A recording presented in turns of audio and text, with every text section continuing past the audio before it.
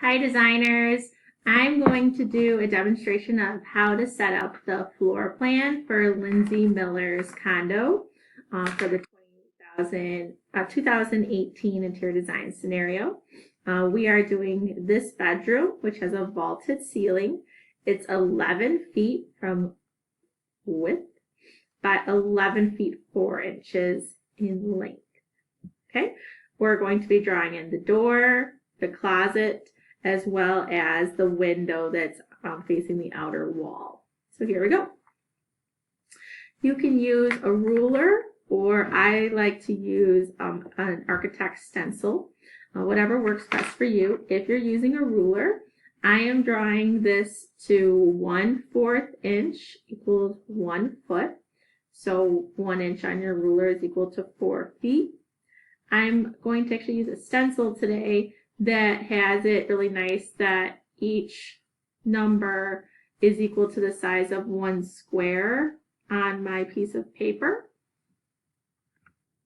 I also recommend that you use a pencil with a good eraser, because whenever you're doing a floor plan, you're probably going to change your mind, but in this case, we're going to have to go in and put the windows and doors after we create our outline. So to start, I'm going to line up my stencil along the center of my graph paper. You could do it off to the side if you want. Because hers is an 11 by 11, you could easily do 2 different floor plans on the same page to conserve paper. For the purposes of this video, I'm going to put it in the center. So I'm going to line up my stencil. So here's my 0, put a little tick mark, and all the way up to 11. You can also count 11 squares on a ruler at home. 1 square is 1/4 inch. I can write that down for you. 1 square equals 1/4 inch. Okay. And then it kind of doubles up as a ruler. Nice straight edge. Okay. So there's my first wall. And that was 11 feet from left to right. Now I need to do 11 feet and 4 inches. And looking on my ruler, you can see that I have several lines. So I have this first line would be equal to 3 inches. The second line is equal to 6 inches. The third line would be 9 inches. And then here's 1 foot. Lindsay has a room that's 11 feet 4 inches, so I want to go a little bit past my 3-inch line once I get to 11 feet. So here we go. Line it up. Here's my 0. Find where my 11 is so I know where I'm going, and then I want to go a little bit past my 3-inch tick mark. Make a nice straight line. Go. And I can erase my little tick marks. There we go. All right. Then do 11 feet again. But looking at Lindsay's apartment, I can actually see that she has a little bit of a jagged corner here. So I'm going to go 10 feet, and then I'm going to say this is 1 more feet. Unfortunately, this particular lab plan that we've been provided, this particular floor plan that we've been provided with this year is not to true scale, meaning that when I hold my ruler up to it, it doesn't show that it's 11 feet, which is frustrating, but I'm trying to make the best of it. So I'm looking at it with an educated eye, trying to make the best. So I'm going to go in 10 feet. And then I'm going to try to make this L shape in the building. I'm going to take a best guess that it goes in about 1 foot, so 1 square. And then I'm going to go to the left about 1 foot, 1 square. From here, I'm going to draw this wall that has the closet on it, but not the actual closet yet. The closet's outside of the room. So I'm going to take right here, and I'm going to draw from top to bottom 10 feet. So I have the starting framework of my room, but I'm not done. I need to add in my door, my closet, my window, and I need to shade in how deep my walls actually are. I'm going to start up at the top again because that seems to work well. I'm going to try to zoom in a little bit. Okay.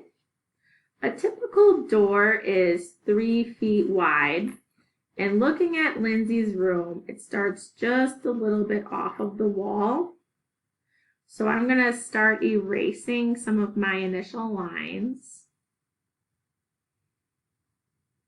That's why pencil works so well. And I'm going to still keep 6 inches or a half of a square here. And then I'm going to imagine that my door starts right there. Using my stencil, I can readjust it. So I have 1, 2, 3 feet. If you're interested in having a wider entry for a wheelchair accessible room, you would usually go to about 4 feet. A wheelchair can get through a 3-foot door, but it's more difficult for them. To show that my door is opening into the room, I need to draw my door in the room. And I'm going to go ahead and start from where I think the door begins and draw straight down 3 feet. I'm then going to draw a dotted line to show that the door is open. All right, so we have our first door. Everything along this wall is done. So what I can do now is shade in to show that this is a little bit thicker than, well, nothing. There's some thickness to this wall. Give a little bit of thickness. Okay. This next wall has nothing as well, so I can give it a little bit of shading. Show that this is my wall. Beautiful. All right. This wall has our window, and looking at our picture, it is not centered. Very frustrating for a designer, but we will persevere. I'm noticing that it's a little bit off center, but it does look like the window begins about centered. So I'm looking at here, I measured about 10 feet, so I'm going to start my window at the 5-foot mark.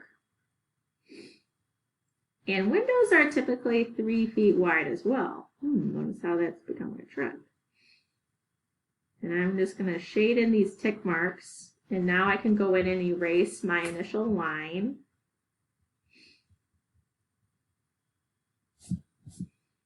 And my window, and you can even see it in the initial drawing, my window should kind of be like a clear rectangle, showing that there's a window pane in there. So I can take my straight edge, you can use your student ID for this. I'm just showing that there's a window right there. Okay, nice and neat. Now this is an exterior wall, meaning it's outside of the home. So I want it to be thicker than my interior walls because typically you would have some insulation and maybe some heavier material, maybe it's brick or siding. But I want to show some thickness here. This is an outside wall. There we go. If you're doing it on floor plan, it might be as much as like 6 inches thick because you don't want snow or rain or wind to cause you any problems in your home. All right, on to our next space, which is our closet. It looks like the closet doesn't start quite at the door. It starts a little bit further down and it starts a little bit in. So I'm going to take a best guess here that that's probably about a foot in on each side. So about 1 square. See how nice the squares are? I want you to know what they're doing. About a foot in and about a foot in. All right. Now I can erase this line because I need to show that I actually have closet doors here. Looking at my closet, and with my knowledge of having closets, this is about a 2-foot deep closet, just about 2 squares. We're going to show that, and I can even go 1, 2. So our closet's about 2 feet deep.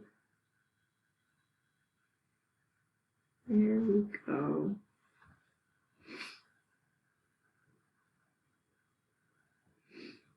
Oh, I'll draw that again. And you can pause and restart this video as many times as you need to, just to get yourself started. All right, there's my closet. Same thing, I'm going to give it a little bit of shading. Walls have thickness, so we got to show that.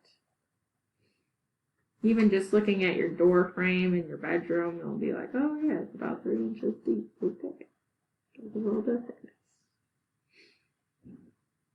Okay. So draw my closet doors. We can see that they're drawn a little bit differently from this door. And that's because when they're closed, they're totally flat to the closet. We typically won't be leaving the closet door open all the way.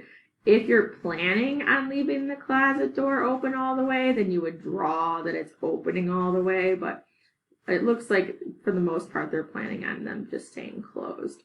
You can choose to get different closet doors for Lindsay Miller's office, but that has to come out of your budget. All right, so here we go. I'm going to start by measuring the total opening of my closet. Looks like the total opening of my closet is about 5 feet.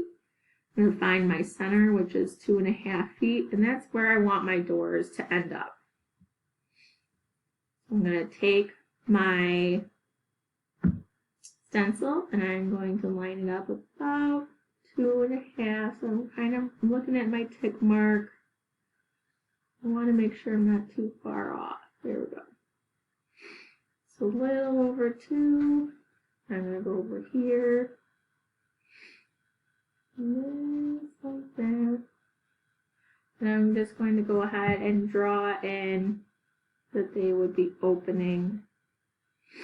This little curved line there. And they're opening right about there. It looks like I gotta redraw that a little bit. No big deal. And there we go. And I can show that it looks like my floor plan is showing that there's currently a pole in my closet. So I can show that as well. And I'm just going to go ahead and draw a line right through the middle of my closet. Remember, it was originally a bedroom, so that's pretty common that you'd want to hang some clothes in there. You do not have to keep the pole in the closet if you don't want to. And then part of our floor plan is that we do have to label it 11 feet by 11 feet 4 inches. And that is Lindsay Miller's office. You can go ahead and start designing it. I like to use the stencil, but don't let the stencil be the only thing that you're using. You can check out how big sofas are, and you can use it like maybe my sofa is 60 inches long, 72 inches long, 84 inches long, different sizes of cupboards, and use the stencil just as a guide mostly. You're also welcome to look at the picture and then be like, oh, this chair is 12 inches deep and 12 inches wide, so it would just be 1 square. So make the best of it. We're just trying to show what we're envisioning Lindsay's room looking like. I hope this video was helpful to you and have an awesome day. Good luck designing.